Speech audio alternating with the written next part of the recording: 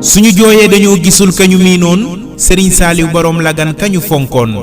Serigne Saliou du jóg ci ñun bu ñu toogoon junni ci at mu des ci ñun dañu miinoon ci décembre le 28 ci la génnoon file dunyaa ni bés bile ak a tiisoon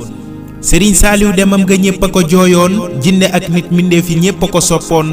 Serigne Saliou yërmande rekk la feesoon ba taxoon ndaw ñi sax de ñépp a ko miinoon Serigne Saliou ci jaamu yàlla la dëkkoon ak a yeesal sunnas nabi ci la nekkoon Serigne Saliou waxam de lii lañu miinoon jaamu yàlla ak liggéey de rekk lañu dénkoon Serigne Saliou sellam nga ñépp la yéemoon te xolam baat Cheikh Bamba rekk a ca nekkoon